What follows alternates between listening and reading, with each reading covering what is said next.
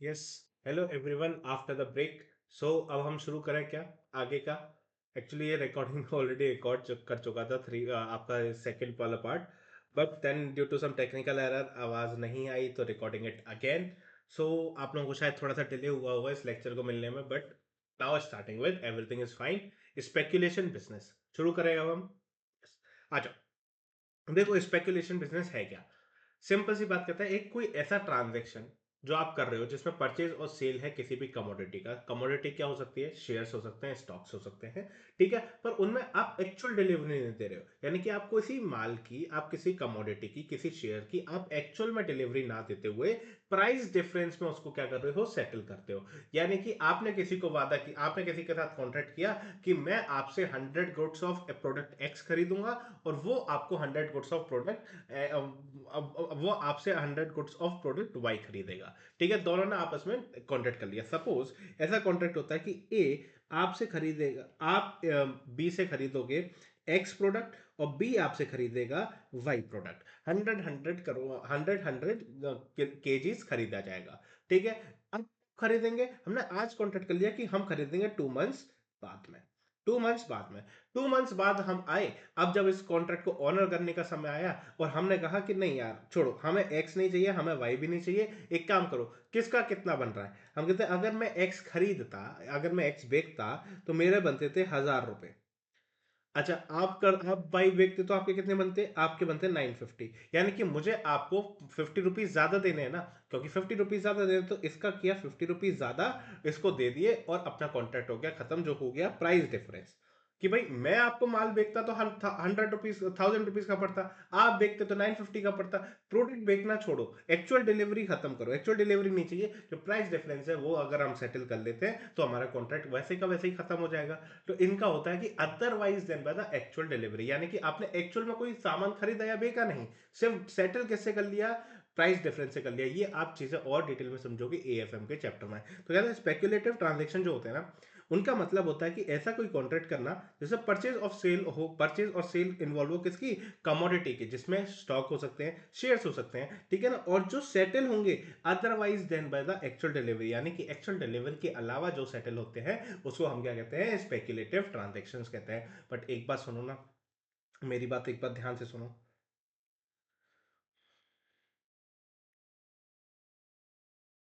Speculative business,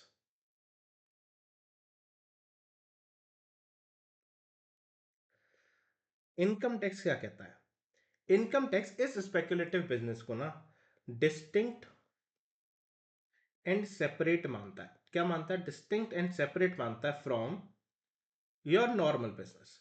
जो भी आपका नॉर्मल बिजनेस होगा ना, उससे वो डिस्टिंक्ट एंड सेपरेट मानता है इसे। इसका मतलब क्या? सपोज करो मेरे पास, मेरा एक स्पेक्युलेटिव बिजनेस भी है, मेरा एक नॉर्मल बिजनेस भी है। ठीक है ना, एनबी यानी कि नॉर्मल बिजनेस, एसबी यानी कि speculative business. Understood? Speculative business से मुझे 10,000 रुपीज का लॉस होता है, ठीक, एंड नॉर्मल बिजनेस से मुझे 50,000 रुपीज का प्रॉफिट होता है। तो क्या मैं इन दोनों को सेट ऑफ करके मैं क्या ये बोल सकता हूँ कि मुझे टोटल 40,000 रुपीज का प्रॉफिट हुआ है क्या? जी नहीं। इधर रोक लगाता है set of and carry forward का एक section, section number 73, which says that कि जो लॉस है स्पेक्युलेटिव बिजनेस का, किसका? स्पेक्युलेटिव बिजनेस का जो लॉस है वो नॉर्मल बिजनेस के प्रॉफिट से सेट ऑफ नहीं हो सकता। आपको दोनों को सेपरेट सेपरेट डील करना पड़ेगा। दोनों को क्या करना पड़ेगा? सेपरेट सेपरेट डील करना पड़ेगा। अच्छा, ये लॉस का क्या मैं कभी भी सेट ऑफ नहीं ले सकता क्या? हाँ जी, आप ले सकते हो। कब ले सकते हो? जब आपका एक स्पेक्युलेटिव बिजनेस से 10,000 का लॉस है और दूसरे स्पेक्युलेटिव बिजनेस से आपको 30,000 का अगर प्रॉफिट है, तब आप ये दोनों चीजों को सेट ऑफ कर सकते हो और कह सकते हो कि भाई मेरा 20,000 रुपीज का प्रॉफिट आ रहा है। यानी कि सेक्शन नंबर 73 कहता है कि स्पेक्युलेटिव बिजनेस का जो लॉस है वो सिर्फ और सिर्फ स्पेक्युलेटिव बिजनेस के प्रॉफिट से ही सेट ऑफ हो सकता है। ठीक है, और ये कैरी फॉरवर्ड होता है कुछ समय के लिए, एंड देन जब तक आपका स्पेकुलेटिव बिजनेस का प्रॉफिट आ जाए तो आप उस समय पर क्या कर सकते हो? इसको सेट ऑफ कर सकते हो। अच्छा, एक मैं एक सिचुएशन आपको और दूं क्या? मुझे उसका जवाब दोगे क्या? सपोज करो मेरा स्पेकुलेटिव बिजनेस से प्रॉफिट आया था 50,000 रुपीज का और मेरा नॉर्मल बिजनेस का लॉस आया था 10,000 रुपीज का। मेरा स्पेकुलेटिव बिजनेस का प्रॉफिट आया था 50,000 का और नॉर्मल बिजनेस का लॉस आया था मैंने 10,000 का। क्या अब बताओ क्या मैं इसको सेट ऑफ कर सकता हूं क्या? देखो सेक्शन नंबर 73 जो था, सेक्शन नंबर जो 73 था, वो कह रहा था कि स्पेक्युलेटिव बिजनेस का लॉस आप नॉर्मल बिजनेस से सेट ऑफ नहीं कर सकते, वो सिर्फ सेट ऑफ होगा तो स्पेक्युलेटिव बिजनेस के प्रॉफिट से ही सेट ऑफ होगा। बट यहां तो लॉस नॉर्मल बिजनेस का है, तो क्या सेक्शन नंबर 73 अप्लाई होगा क्या? ये तो अप्लाई नहीं होने वाला। तो क्या ये वाली सिचुएशन में आप सेट ऑफ कर पाओगे क्या? जी हाँ, सेट ऑफ यहाँ पर अलाउ हो जाएगा। यहाँ पर अगर सेट ऑफ अलाउ होगा तो यहाँ आप कह सकते हो मेरे 40,000 का प्रॉफिट था, बट यहाँ पर आप नहीं कह सकते कि मुझे 40,000 का प्रॉफिट था। Understood clearly? ये सेटअप वाली बात आपको क्या समझ आती है? ये समझ आता है कि इसको सेपरेट बिजनेस माना जाता है, डिस्टिंक्ट बिजनेस माना जाता है, अलग अलग बिजनेस माना जाता है क्या? इतनी बातें आप लोगों को क्लियर होती है क्या? जल्दी से आ जाओ पढ़ो। स्पेक्युलेटिव बिजनेस हम मानेंगे कि डिस्टिंक्ट होते हैं, सेपरेट होते हैं आपके किसी भी अदर बिजनेस से, बिकॉज जो सेक्शन नंबर 73 होता है ना, वो कहता है कि लॉस जो होगा ना स्पेक्युलेटिव बिजनेस से, वो किसी और से सेट ऑफ नहीं हो सकता अगेंस्ट द प्रॉफिट और loss of any other business. यानी कि सेट ऑफ नहीं हो सकता, can not be set of against the profit और लॉसेस ऑफ अदर बिजनेस। यानी कि कौन सा वाला? Losses in speculative business. Section 73 ये नहीं कहता कि लॉसेस ऑफ एनी बिजनेस, कहते हैं स्पेक्युलेटिव बिजनेस का लॉस कभी भी नॉर्मल बिजनेस के लॉस से, प्रॉफिट से सेट ऑफ नहीं हो सकता। पर वाइस वर्सा हो सकता है क्या? हाँ, उस पर रिस्ट्रिक्शन 73 की नहीं है। ठीक है। देखो कुछ इन्होंने ऐसी कंपनीज कही है जिसको हम मानेंगे ही नहीं कि वो स्पेक्युलेटिव बिजनेस करती हैं। क्यों नहीं मानेंगे? क्योंकि ये इनका नॉर्मल काम ही है भाई। इनका यही मेजर, इनका मेन बिजनेस ही ये है कि ये वो स्पेक्युलेटिव नेचर का काम करें, तो इनके लिए वो स्पेक्युलेटिव बिजनेस नहीं है, इनके लिए नॉर्मल बिजनेस माना जाएगा। जैसे कि पॉइंट नंबर बी पढ़ो, ज्यादा समझ आएगा। कंपनी जिसका प्रिंसिपल बिजनेस ही है ट्रेडिंग करना, किसमें? शेयर्स में, ब्रोकिंग में, ग्रांटिंग ऑफ लोन्स और एडवांसेस। तो ऐसी कंपनीज अगर कभी एक्चुअल डिलीवरी के अलावा प्राइस डिफरेंस में सेटलमेंट कर रही हैं, तो आप इसको स्पेकुलेटिव ट्रांजैक्शन कहकर स्पेकुलेटिव बिजनेस मत बोल देना, ये इनका नॉर्मल काम ही है, ये तो इसमें करेंगी। या फिर कोई भी ऐसी कंपनी जिसमें ग्रॉस टोटल इनकम जो है ना, जिसे mainly interest on securities, HP, capital gain और अदर सोर्सेज से ही उनकी इनकम मेनली कंसिस्ट करती है, तो इसको स्पेकुलेटिव बिजनेस नहीं माना जाता है। ठीक है। अब देखो आगे क्या कहता है कि हम ऐसे कोई ट्रांजैक्शंस बताएंगे जो स्पेकुलेटिव ट्रांजैक्शन नहीं होगा। ऊपर क्या बताया कि ऐसी कंपनीज जिसको हम स्पेकुलेटिव बिजनेस में मानेंगे नहीं कि ये वाली कंपनी स्पेकुलेटिव बिजनेस करती है। दूसरा अब क्या बोल रहा है कि ऐसे कोई ट्रांजैक्शन है जिस उन ट्रांजैक्शन को ही नहीं मानेंगे कि वो स्पेकुलेटिव ट्रांजैक्शन है। दोनों में डिफरेंस समझ आया? पहले कंपनीज की मना कर रहा है, अब किसकी? ट्रांजैक्शन की मना कर रहा है। और जब मैं ट्रांजैक्शन बोलूँ ना, आपने एएफएम में जो जो शब्द पढ़े हैं ना सब बता देना। क्या पढ़ा है मैंने? हेजिंग पढ़ी है, फॉरवर्ड पढ़ी है, डेरिवेटिव्स पढ़ी है, एक पढ़ी होगी नॉर्मल डेरिवेटिव इक्विटी डेरिवेटिव्स, और एक होती है कमोडिटी डेरिवेटिव्स। दोनों बता दो, दैट्स इट। बट एक चीज याद रखना, एग्रीकल्चर कमोडिटी डेरिवेटिव्स जो होते हैं ना, जिसमें एग्रीकल्चर कमोडिटी के ट्रेडिंग्स वगैरह होती हैं, उस पर सीटीटी यानी कि कमोडिटी ट्रांजैक्शन टैक्स एप्लीकेबल नहीं होता। बाकी हर एक पर सीटीटी एप्लीकेबल होता है। और अगर आप आरएसई यानी कि रिकॉग्नाइज्ड स्टॉक एक्सचेंज से कोई भी ट्रेड करते हो तो सीटीटी और एसटीटी तो पे करना ही होता है। यहाँ डेरिवेटिव्स होते हैं तो यहाँ एसटीटी पे करोगे, और कमोडिटी डेरिवेटिव्स है तो आप सीटीटी पे करोगे। एसटीटी क्या होता है? Security transaction tax. ठीक है ना? तो यहाँ पे ये सारे शब्द क्या होते हैं? ये आपके स्पेकुलेटिव बिजनेस से, स्पेकुलेटिव ट्रांजैक्शन से अलग रखे गए हैं।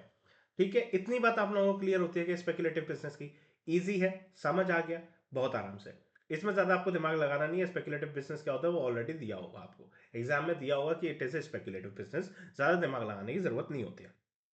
इस केस पर आओ, सीआईटी वर्सेस के एंड कंपनी का case. It is a important case, इसको आप ध्यान से समझना।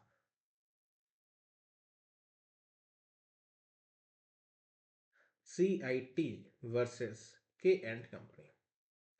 देखो के एंड कंपनी एक कंपनी है जिसका काम क्या है? परचेज और सेल करना लॉटरी टिकट्स को।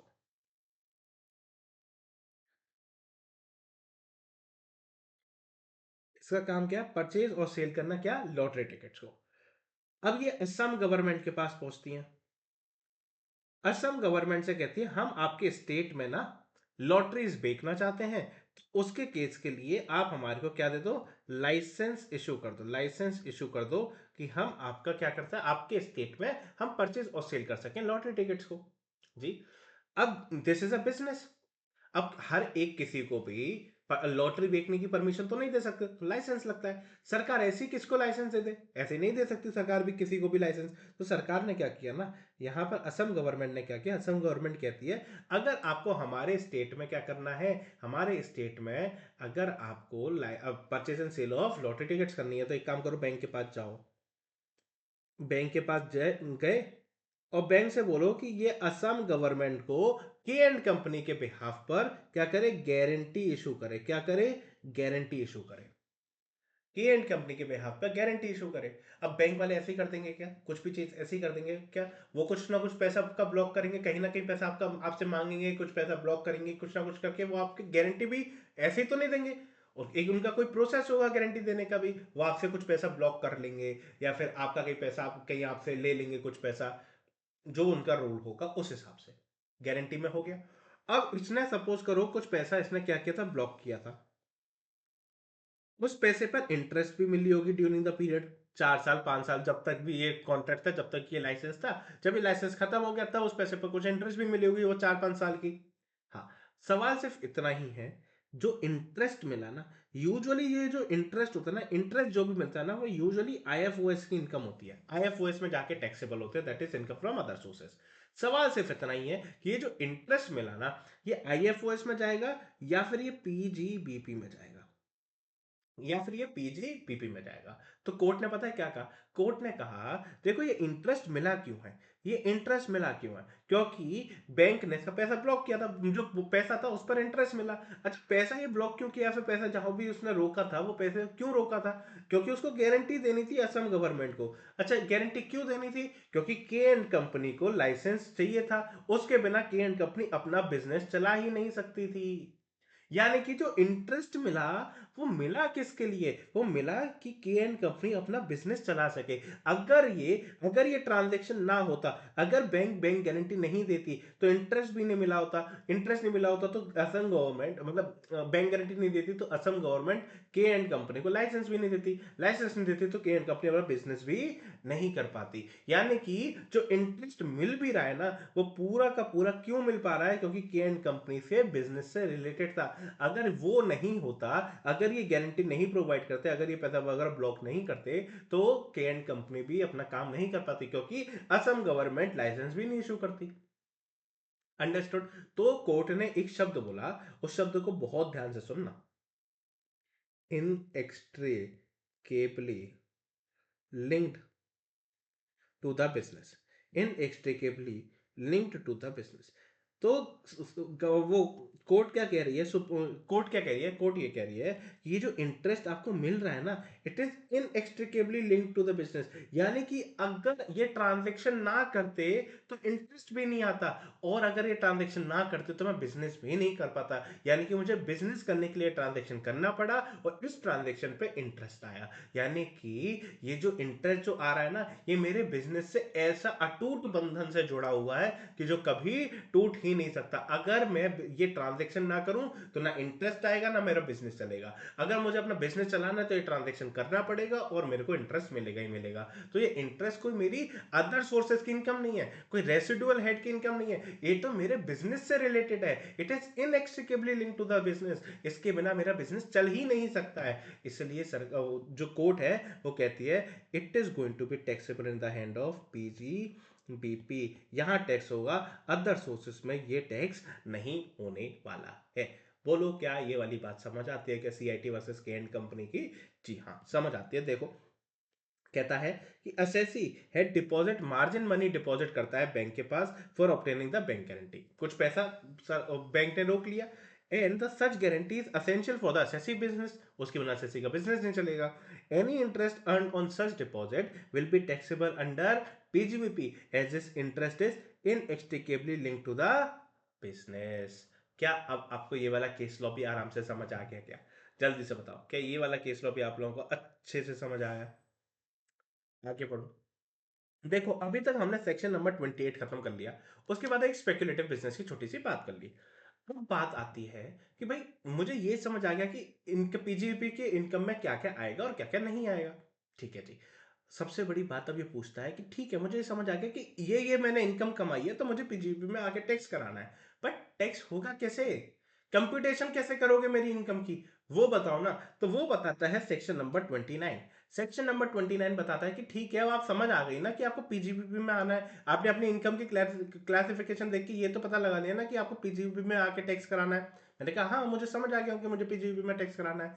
तो फिर वो कहता है सेक्शन नंबर 29 से जाके पूछो, उससे पूछो कि अब आप अपनी पीजीबीपी की इनकम कंप्यूट कैसे करोगे। अच्छा, तो यानी कि मेरे को 28 में पहले पता चला कि ये इनकम कमा रहे हो तो मुझे आना है पीजीपीपी में। और फिर अगला जैसे ही मैं सेक्शन पे आगे पढ़ा, 28 के आगे मैंने 29 सेक्शन पढ़ा। तो सेक्शन नंबर 29 क्या कहता है कि अब आप समझ गए ना कि आपको इसी ऐड में आना है। हाँ जी, तो अब मेरे से सुनो कि अब आपकी इनकम कैसे कंप्यूट होगी। तो सेक्शन नंबर 29 बड़ा पता है उदार दिल है उसका, यानी कि बड़ा फिलोसफिकल दिल है वो, मतलब एकदम देने वाला आदमी है, ठीक है ना, बांटने वाला। उसे कुछ चाहिए नहीं, तो वो कहता है 29 मुझसे मत पूछो। देखो, हम कंपटीशन की बात करते हैं, 29 मना कर रहा है भाई, मुझसे मत पूछो, मैं बहुत दरिया दिल इंसान हूं, ठीक है। मैं कहता हूं कि मैं आपको सिर्फ रास्ता दिखा सकता हूं, मुझसे कुछ पूछो मत, मैं सिर्फ आपको रास्ता दिखा देता हूं। मैं कोई चीज नहीं बताऊंगा कि आपको किस तरह से कंप्यूट करना है। आपको मैं रास्ता दिखा रहा हूं कि रास्ता है, आप सेक्शन नंबर 30 से लेके सेक्शन नंबर 43D पढ़ लो, मुझसे मत पूछो।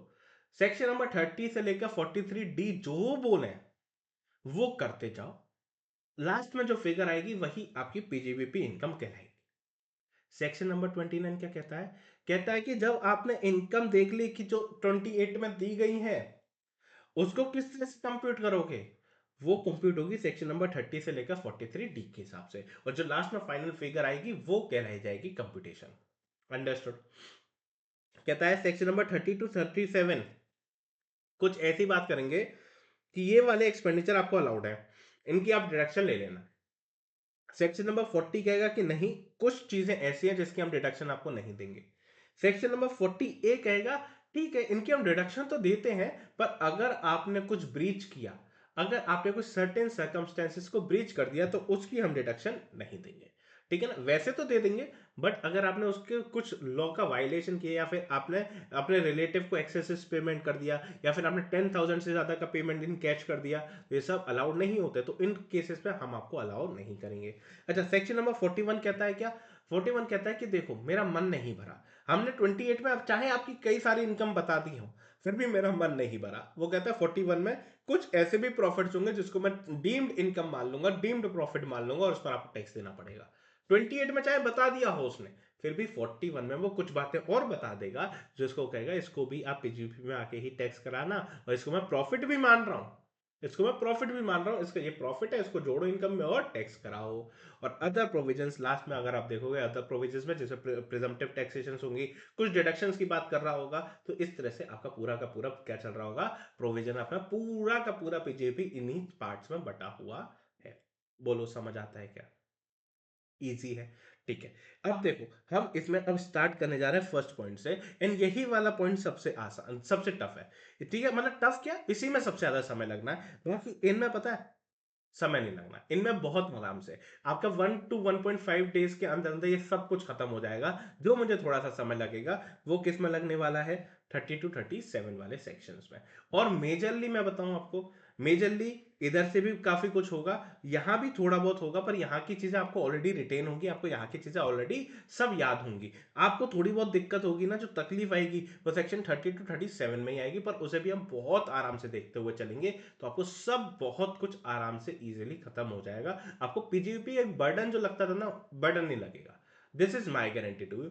बस आराम से इसको समझते चलो, पढ़ते हुए चलो। तो सेक्शन नंबर 30 to 37 हमारे को देखना है, विच इज एडमिसिबल डिडक्शंस की बात हम करेंगे, ठीक है। अब एडमिसिबल डिडक्शंस देखते हैं हम, section number 30 to 37 first point वही है। अच्छा, सेक्शन नंबर 30 की बात करते हैं, स्टार्टिंग में सेक्शन नंबर 30 कहता है रेंट कोई आपने खर्चा किया है, रेट्स कोई खर्चा किया है, टैक्सेस दिए आपने किसी के, रिपेयर्स एंड इंश्योरेंस करवाइए किसके, बिल्डिंग के ऊपर। यानी कि मैंने रेंट पे किया हो, टैक्सेस पे किए हो, रिपेयर्स रिनोवेशन करवाई हो, किसकी, बिल्डिंग की। अच्छा, बिल्डिंग या तो मेरे खुद के नाम पर हो सकती है, यानी कि मैं तो ओनर हो सकता हूँ या तो बिल्डिंग का, या फिर मैं ओनर भी नहीं हूं तो मैं टेनेंट हो सकता हूँ बिल्डिंग का। यही दो सिनेरियो पॉसिबल है, या तो मैं ओनर हूंगा या फिर मैं टेनेंट हूंगा एक पर्टिकुलर बिल्डिंग पे। अब यही सारे खर्चे जो मैंने किए उनकी बात करेगा, क्या अलाउड है क्या अलाउड नहीं है। कहता आपने रेंट पे किया, क्या ओनर खुद को रेंट पे करेगा क्या, मेरी ही प्रॉपर्टी है, मैं अपनी प्रॉपर्टी पे रह रहा हूँ, तो मैं रेंट दूंगा क्या खुद को? जी नहीं, तो इसके केस में तो कुछ आना ही नहीं है। बट टेनेंट अगर रेंट पे करता है, सपोज करो ये बिल्डिंग है जहां पर मैं अपना स्टूडियो में है, ये मेरा स्टूडियो है जहां पर मैं बैठा हुआ हूँ, हाँ जी बिल्कुल। अब बताओ, मैंने सपोज करो ये वाली बिल्डिंग जो है जहां पर मैं बैठ के स्टूडियो में मैं आप लोगों को पढ़ा रहा हूँ, ये मैंने किराए पर लिया हुआ है, ठीक है। अब मैं इसका रेंट पे करता हूं, ये मेरे बिजनेस के लिए भी है क्योंकि मैं इधर से पढ़ा रहा हूं, मेरा बिजनेस है ये, ठीक है। तो इस केस में क्या होगा, जो मैं रेंट पे कर रहा हूं, क्या मुझे उसकी डिडक्शन मिलेगी क्या?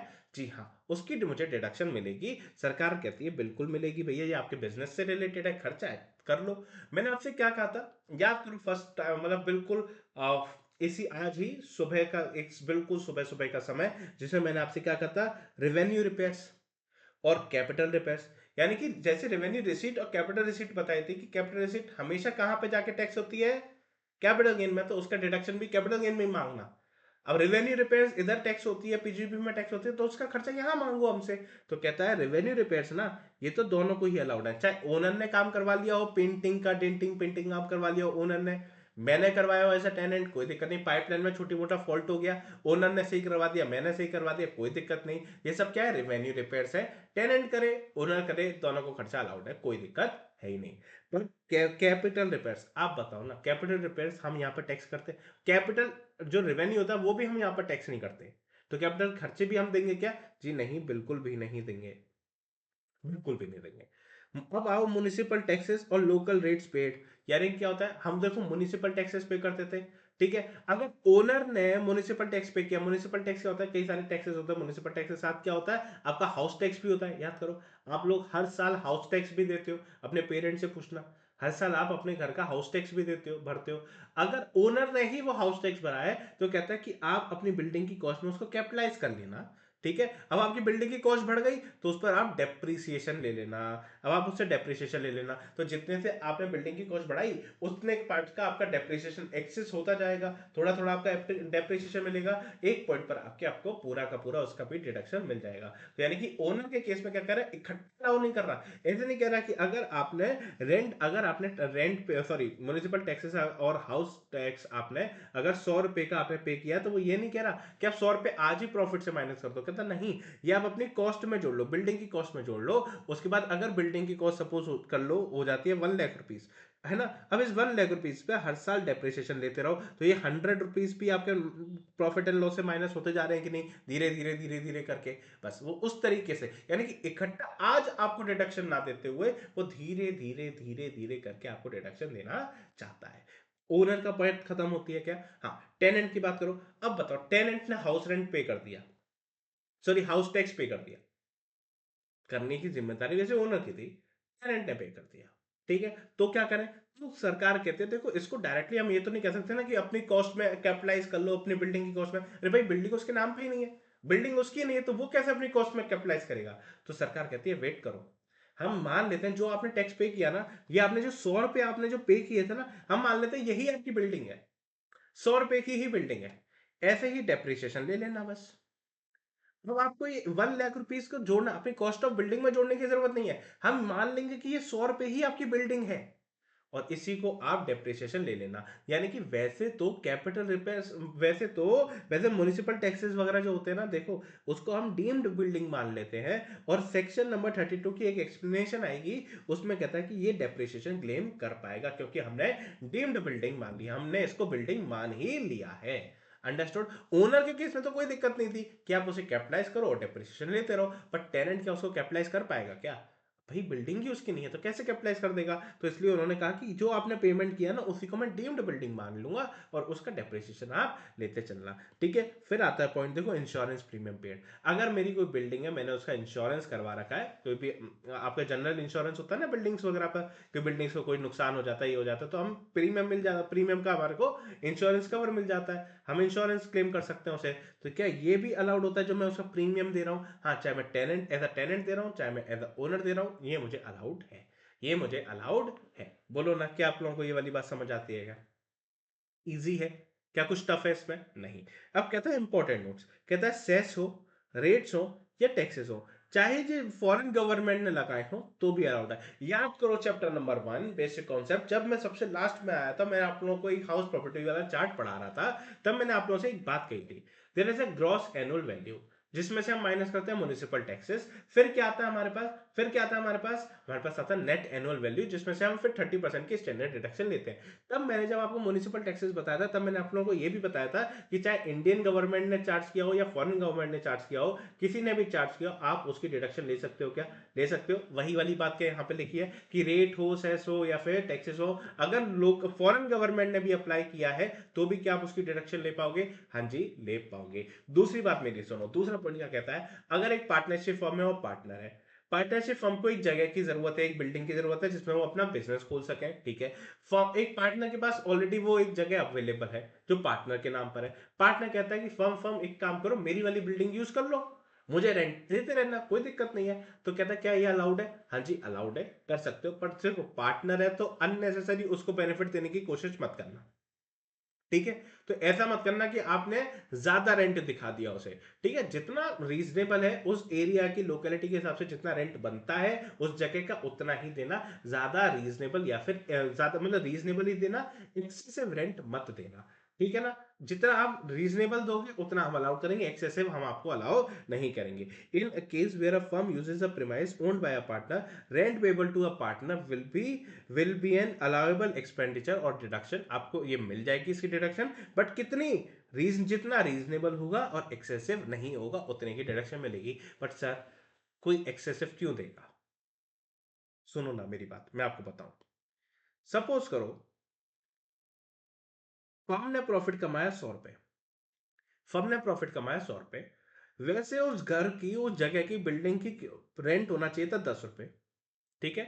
बट कंपनी ने दिखा दिया 20 रुपए और डिडक्शन ले ली और कहता है 80 रुपए का मेरा प्रॉफिट है। अब ये बता, फर्म जिस पर 30% फ्लैट टैक्स लगता है वो कहेगा मेरे पास 80 रुपए पर टैक्स लगेगा बस, और फिर ये 80 रुपए का प्रॉफिट भी पार्टनर्स को बांटेगा, P1 P2 P3, तो इन पर तो कोई भी टैक्स लगना ही नहीं है 10 to A के हिसाब से। ये तो एग्जाम्प्ट हो जाने, डिस्कस किया था कि नहीं किया था, ये तो 10 to A के हिसाब से एग्जाम्प्ट ही हो जाने, ठीक है। इन पर कोई टैक्स नहीं लगना। अब देखो, पार्टनर को मिलना कितना चाहिए था? 10 रुपए।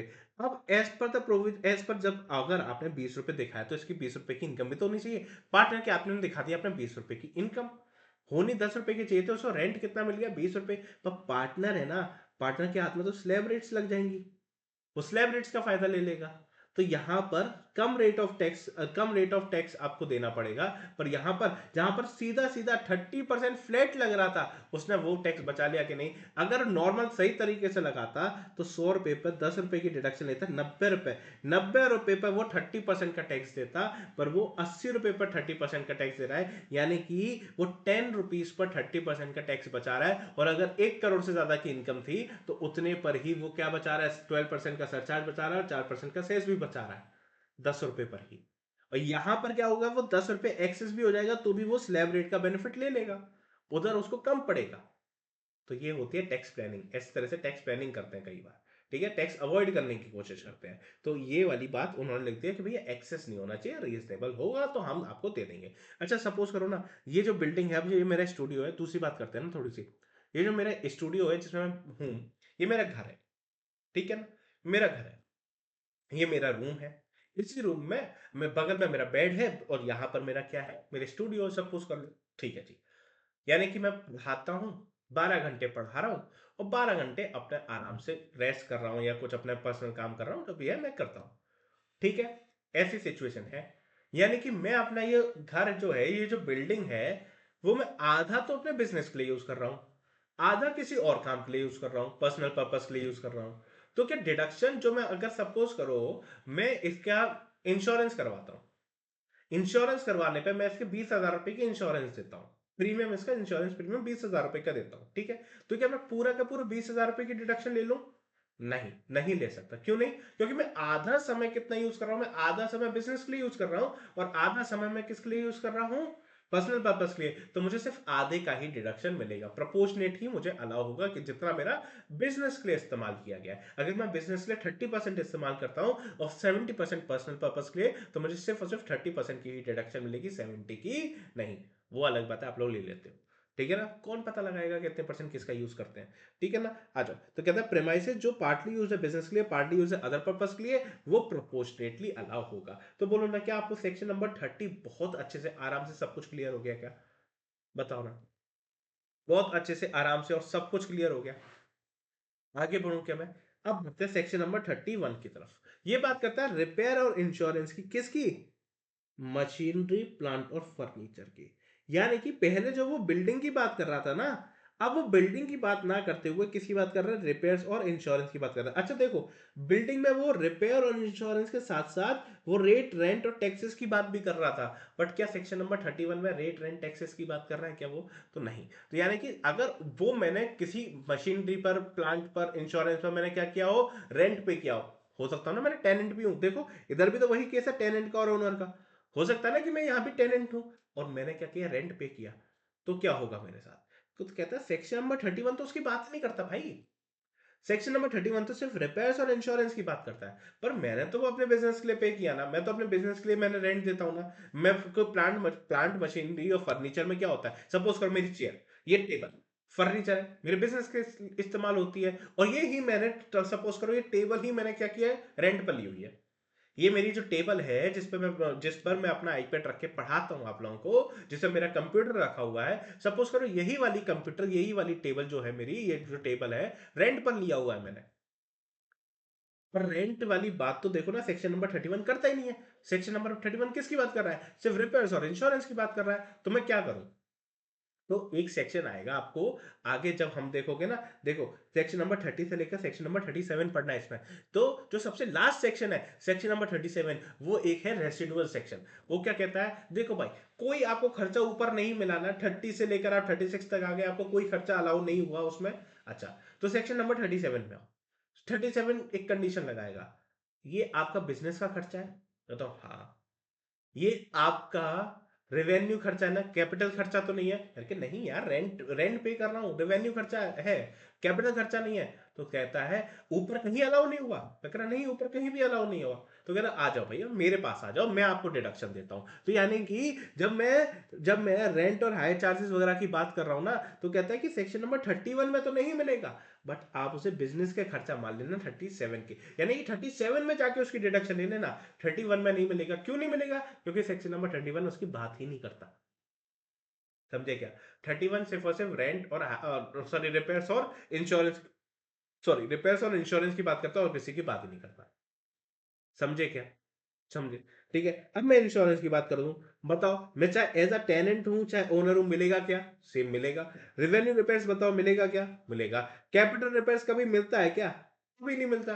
बट क्या कैपिटल रिपेयर्स कराया हो, सुनो ना, कैपिटल रिपेयर्स कराया हो, तो क्या इसको तो ओनर की तो कॉस्ट में ऐड कर दूं क्या मैं और डेप्रिसिएशन ले लूं? ओनर्स की कॉस्ट में ऐड करके डेप्रिसिएशन ले लूं क्या मैं? जी हाँ, मैं ले सकता हूं। बट बात क्या है? बात है यहां पर कैपिटल रिपेयर जो आप करवाते हो ना, क्या इसकी डिडक्शन आपको यहां मिलेगी क्या? कहता है नहीं। बिल्डिंग की तरह आपको कोई डिडक्शन नहीं मिलेगी इसमें, आपको इधर बिल्डिंग की तरह डिडक्शन नहीं मिलेगी कि हमने कह दिया बिल्डिंग की तरह इसकी डिडक्शन ले लो। ना जी ना, नहीं देंगे। तो क्या होगा बताओ? तो क्या करें? तो सिंपल सी कहता है आप उसको बिल्डिंग की तरह, आप डीम्ड बिल्डिंग मान के डेप्रिसिएशन नहीं मिल सकता इधर। तो आपको क्या करना है, यहाँ पर आपका जो भी है वो डेड लॉस हो जाएगा। यहाँ पर आपको कोई भी उसकी डिडक्शन नहीं मिलने वाली है, कोई डेप्रिसिएशन नहीं मिलेगा आपको इस केस में। तो बस यही वाला डिफरेंस है, ये वाली डिफरेंस आपको याद रहेगा क्या? हाँ जी। ठीक है, इंपॉर्टेंट नोट्स की बात करो। रिपेयर में रिन्यूएबल और रिनोवेशन आता है, बट आप कोई भी रिप्लेसमेंट या फिर रिकंस्ट्रक्शन करो तो वो रिपेयर्स की डेफिनेशन में मत मांगना। ठीक है, रिपेयर्स का नॉर्मल सा मतलब है भाई रिनोवेशन करवा लो, रिन्यूएबल करवा लो। रिप्लेसमेंट या फिर reconstruction is not a part of the repairs. अच्छा, इंश्योरेंस प्रीमियम की जब मैं बात करता हूं, तो इंश्योरेंस प्रीमियम में ऐसा भी हो सकता है कि मैं इंश्योरेंस कंपनी को प्रीमियम नहीं दे रहा हूं। सपोज करो एक ट्रेड एसोसिएशन है, मैं उसका मेंबर हूं। उस ट्रेड एसोसिएशन ने एक पॉलिसी निकाली हुई है कि आप हमारे को प्रीमियम दो, और अगर आपकी दुकान का कुछ भी होता है, अगर आपकी बिल्डिंग का कुछ भी होता है, तो हम आपके आपके लॉस, जो भी लॉस होगा उसकी भरपाई हम करके देंगे। ठीक है, तो मैं इंश्योरेंस कंपनी के पास गए बिना मैं एक ट्रेड एसोसिएशन को ही कंट्रीब्यूशन दे देता हूं, और वो मेरी लॉसेस को आइडेंटिफाई करने का कॉन्ट्रैक्ट कर देते हैं कि मुझे कोई लॉस होता है तो वो उसकी भरपाई करेंगे। तो क्या जो मैंने ट्रेड एसोसिएशन को पैसा दिया क्या वो भी इंश्योरेंस प्रीमियम माना जाएगा क्या? तो कहता है लॉ कहता है जी हाँ बिल्कुल माना जाएगा। तो इंश्योरेंस प्रीमियम में even take form of contribution और contribution to the trade association which undertakes to indemnify member against the loss। बस किसके लिए? मेंबर्स के लिए। ये वाली बात आप याद रखोगे। जी हाँ। अच्छा सुनो ना, मैंने कही थी ना पार्टली यूज और पार्टली पर्सनल पर्पस। तो मैंने कहा था प्रोपोर्शनेटली डिसाइड होगा, प्रोपोर्शनेटली एलोकेट करोगे, पर who will decide this proportion? कहता है कि एओ डिसाइड करेगा वो प्रोपोर्शन। कौन डिसाइड करेगा? एओ। एओ कौन है? असेसिंग ऑफिसर, जो आपके सारे असेसमेंट खोलेगा, वो डिसाइड करेगा। ठीक है। कहता है फिर जो यूज वर्ड आता है ना, यूज वर्ड जो आता है, जैसे कि मैंने बताया ना, मतलब जो आपका जो एसेट है वो एक्टिव यूज भी हो सकता है, पैसिव यूज भी हो सकता है। अब आप डेप्रिसिएशन वाले टॉपिक में इसको और अच्छे से समझोगे। अभी जस्ट इसके बाद देखो हमारा डेप्रिसिएशन वाला ही शुरू होने वाला है, इसमें और अच्छे से समझोगे। कहता है कि देखो समझो, अगर मैं कहता हूं इंश्योरेंस और रिपेयर चार्जेस की of asset which are owned by the assessee, जो असेसी ने ओन कर रखा है उस पर उसका आप इंश्योरेंस और रिपेयर चार्जेस पे कर रहे हो, but have not been used during the previous year, अगर आपने उसको बिजनेस के लिए यूज ही नहीं किया प्रीवियस ईयर में, तो आप डिडक्शन मांगने मत आना। यानी कि अगर आपको डिडक्शन चाहिए तो उसका यूज होना बिजनेस में ड्यूरिंग द प्रीवियस ईयर जरूरी है। अगर आपने उसको यूज ही नहीं किया तो हमसे उसकी इंश्योरेंस रिपेयर की डिडक्शन मांगने भी मत आना। भी हम आपको कोई भी डिडक्शन नहीं दे सकते। तो यही सरकार कह रही थी। तो जो यूज का मतलब है ना, यहां हमने जो यूज शब्द बोला ना, उस यूज का मतलब आपको वाइडर सेंस में समझना है। वाइडर सेंस में मतलब उसमें active as well as passive use दोनों इंक्लूड होंगे। एक्टिव यूज या फिर पैसिव यूज दोनों इंक्लूड होंगे। अब सपोज करो मेरा ये studio, computer, table, iPad, chair regularly use हो रही है, रेगुलर लेक्चर दे रहा हूं, रेगुलरली यूज हो रही है। ये मैं पुट टू यूज है, यानी कि मैं इसको यूज कर रहा हूं। They are put to use. तो क्या मैं इस पर डेप्रिसिएशन ले सकता हूं क्या? जी हाँ, मैं डेप्रिसिएशन ले सकता हूं because they are actively used. ठीक है। बट मेरा स्टूडियो है, ठीक है, मैंने इस स्टूडियो में एक फायर एक्सटिंग्विशर भी लगा रखा है। अंडरस्टूड। ये फायर एक्सटिंग्विशर क्यों लगा रखा है? भगवान न करे कभी कोई अनहोनी होती है तो ये फायर एक्सटिंग्विशर जब भी आग लगे तो उसके काम आएगा। ये फायर एक्सटिंग्विशर वो आग बुझाने के काम आएगा। हाँ जी। तो क्या मैं अपने ऑफिस में रोज आग लगाता रहूं क्योंकि मुझे वो फायर एक्सटिंग्विशर यूज करके वो डेप्रिसिएशन क्लेम करना है? उस डेप्रिसिएशन क्लेम करने के चक्कर में अपने ऑफिस में मैं आग लगाऊंगा? नहीं।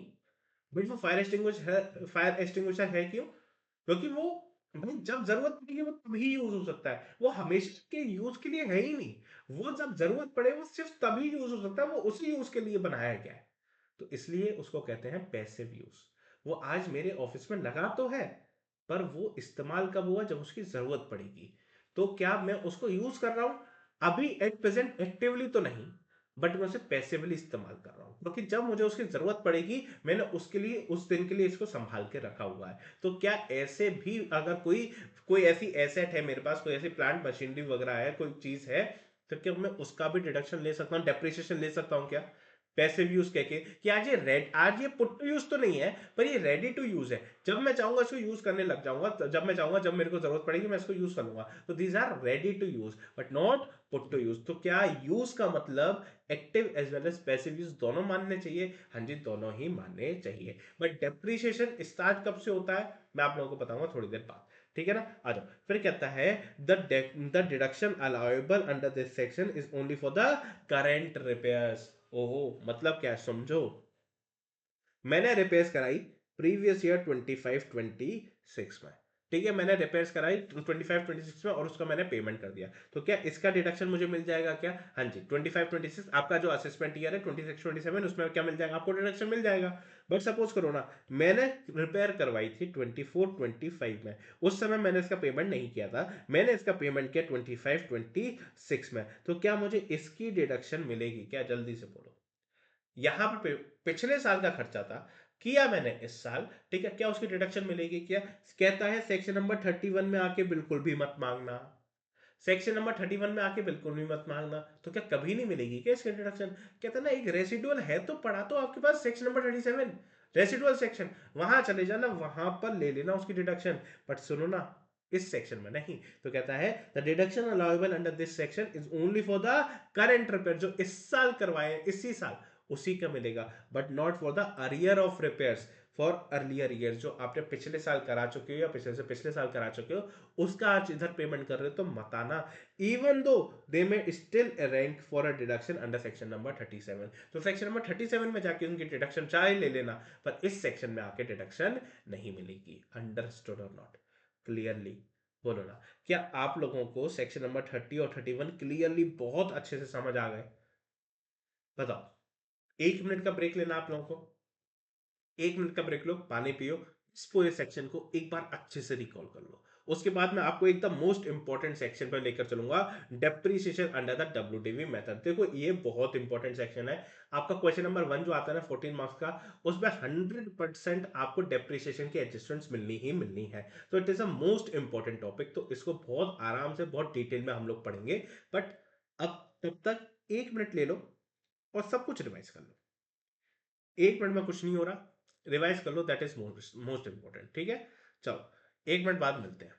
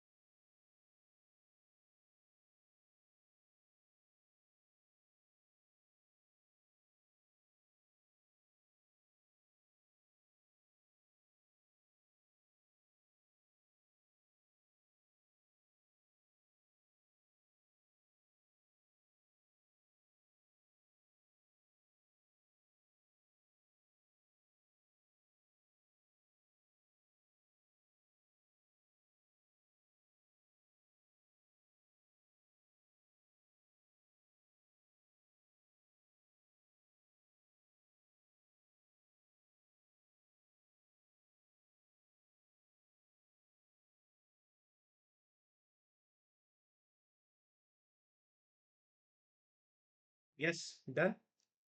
Shall I move forward? Okay. Now coming to section number 32, which is the most and most important section of your chapter. That is depreciation under the WDV method. आ जाओ, नोट्स पर आ जाओ।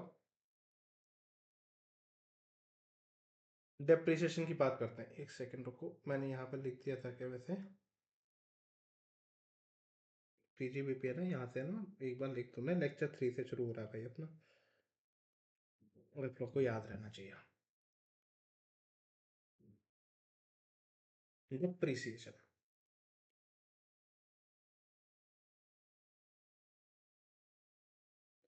देखो, बचपन याद करो अपना।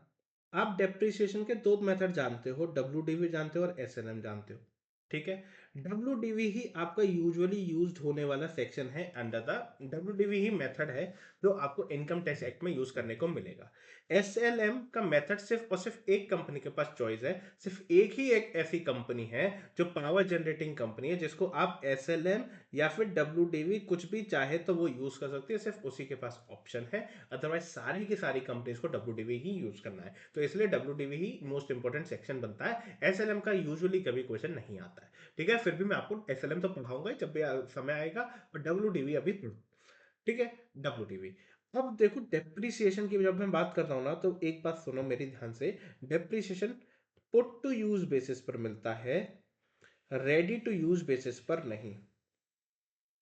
पुट टू यूज बेसिस पर मिलता है, रेडी टू यूज बेसिस पर नहीं। इसका मतलब क्या है, अगर मैंने कोई एसेट को यूज करना शुरू कर दिया है, मैंने उसे पुट कर दिया है यूज करने के लिए, तो मेरे को डेप्रिसिएशन आज से मिलना शुरू होगा। उसको रेडी टू यूज बेसिस पर नहीं मिलता। दैट मीन्स व्हाट, यानी कि अगर मैं उसको खरीद के तो ले आया, उसको यूज करना नहीं शुरू किया है तो उसका डिडक्शन मुझे नहीं मिलेगा। जिस समय मैं यूज करना शुरू कर दूंगा तब से मुझे उसका डेप्रिसिएशन मिलेगा। बट इसका कुछ एक्सेप्शन है क्या?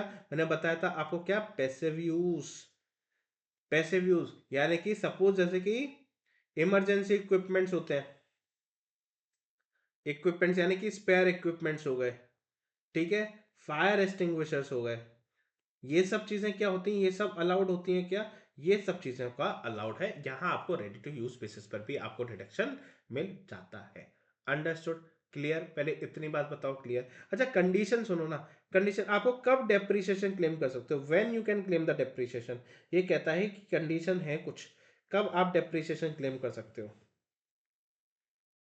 First you are the owner of the property. Owner के साथ साथ आपको बेनिफिशियल ओनर भी चलता है। व्हाट इज बेनिफिशियल ओनर समझते हैं अभी, ठीक है। सेकेंडली आपका वो बिजनेस के लिए यूज होना चाहिए, बिजनेस और प्रोफेशन के लिए आपका यूज होना चाहिए, चाहे वो एक्टिव यूज हो चाहे वो पैसिव यूज हो। अगर वो आपके बिजनेस के लिए यूज हो रहा है, चाहे एक्टिवली या फिर पैसिवली, और आप उसके ओनर हो, चाहे आप नॉर्मल ओनर हो या फिर beneficial owner, usually the preference will be given to a beneficial owner. Beneficial owner का मतलब क्या?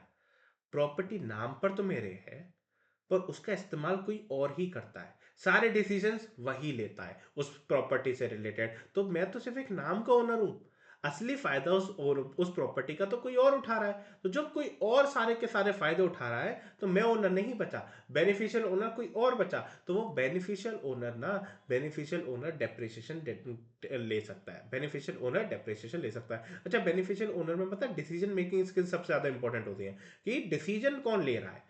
अगर ओनर ही डिसीजन ले रहा है तो वो बेनिफिशियल ओनर दूसरा आदमी नहीं हो सकता।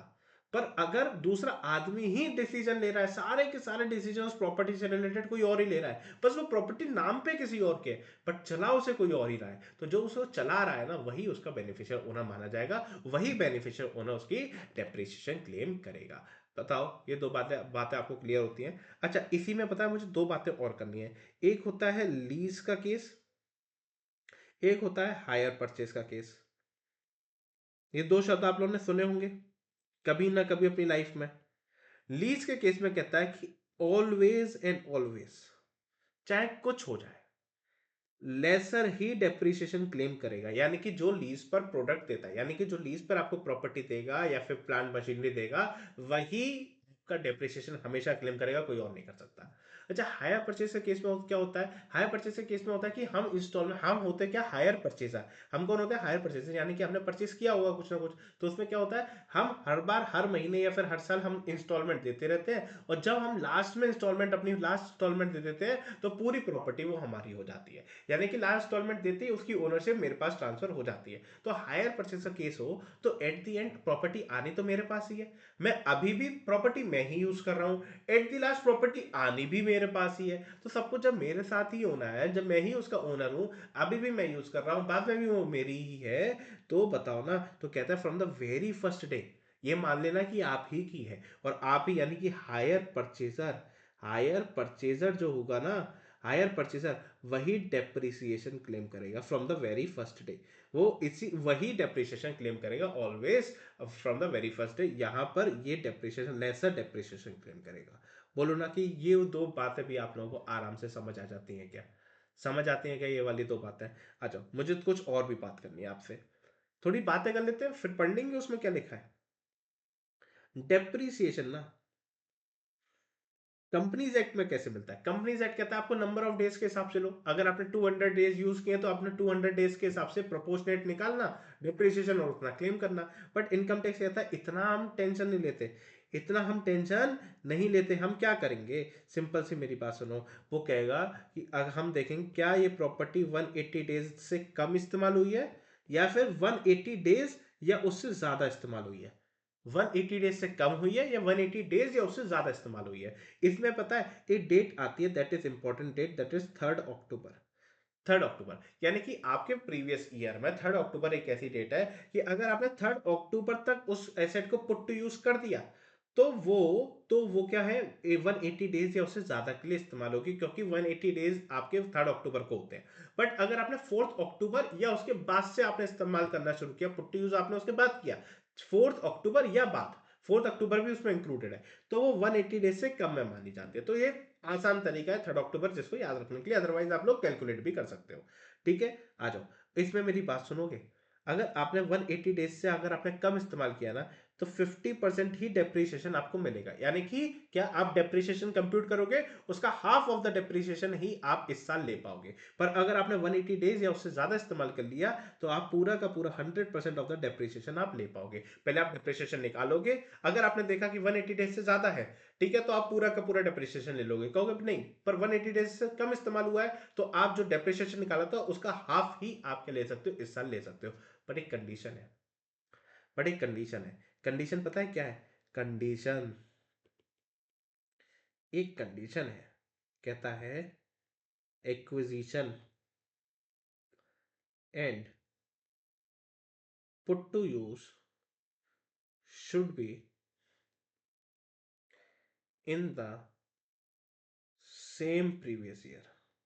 कहता है कि एक्विजिशन, यानी कि आपने वो एसेट को एक्वायर किया हो और पुट टू यूज किया हो सेम प्रीवियस ईयर में, ये तभी 50% वाली कंडीशन अप्लाई करेगी, तभी ये 50% वाली कंडीशन अप्लाई करेगी। Then only 50% condition will apply.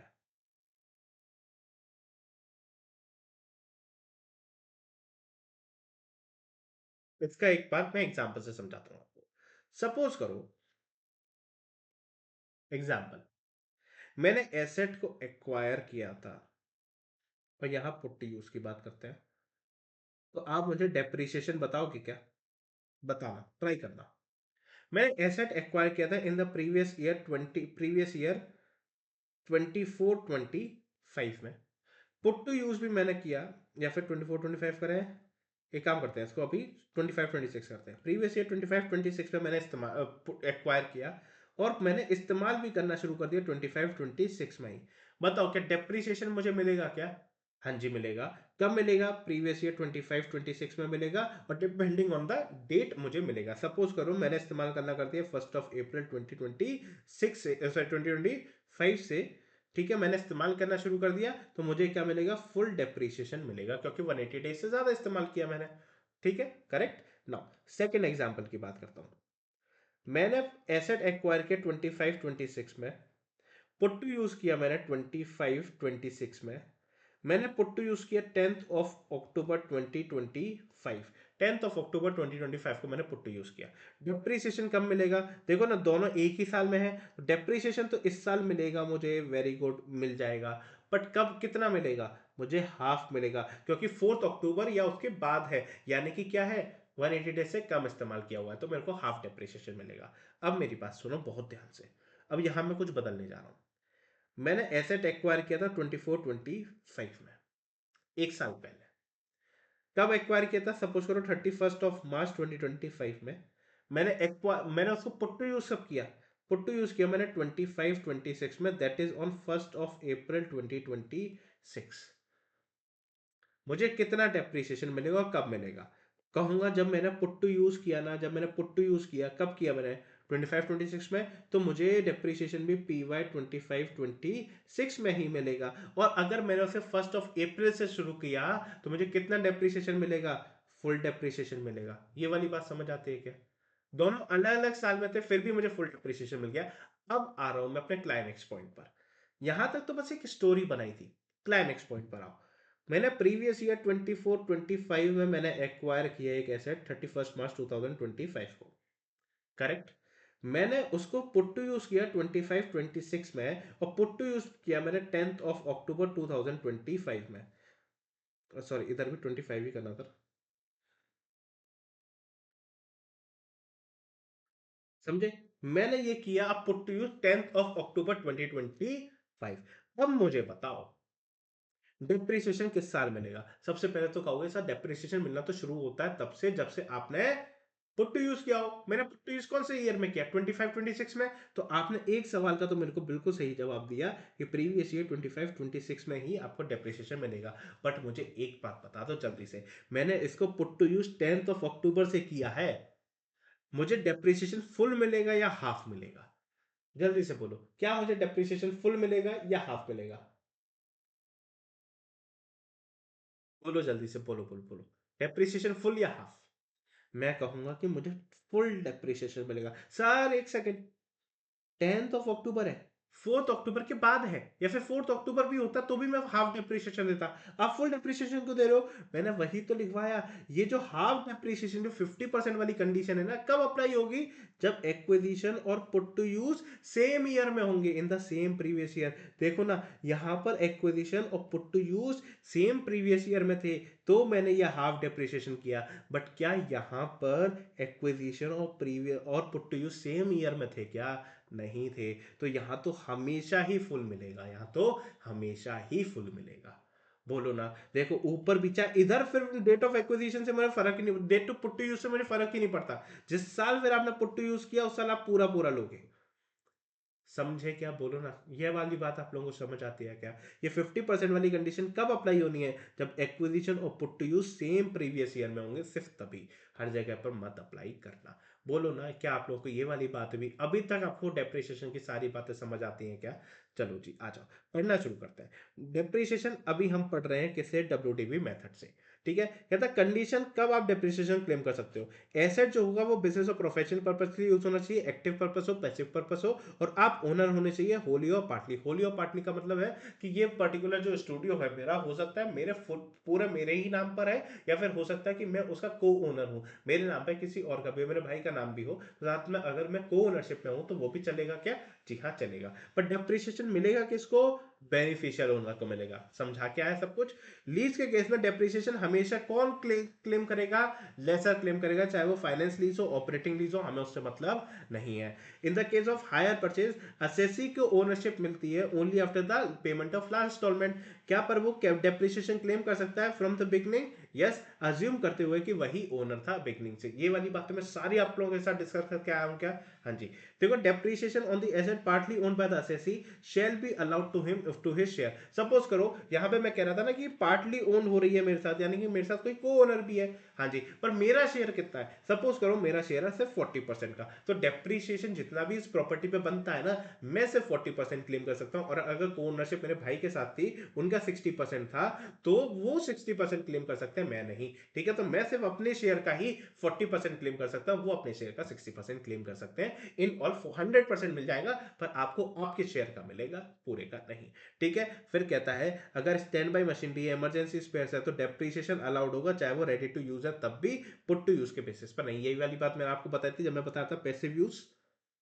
Passive use में यही वाली बात बताई थी। तो क्या आपकी कंडीशंस एंड सारे के सारे नोट्स आपको समझ आ गए थे? अब ICDS limited and Mysore minerals limited का भी देखना, केस आप लोगों को आता है, केस आप लोगों को आता है। जल्दी से मैं आप लोगों को बताता हूं, देखो।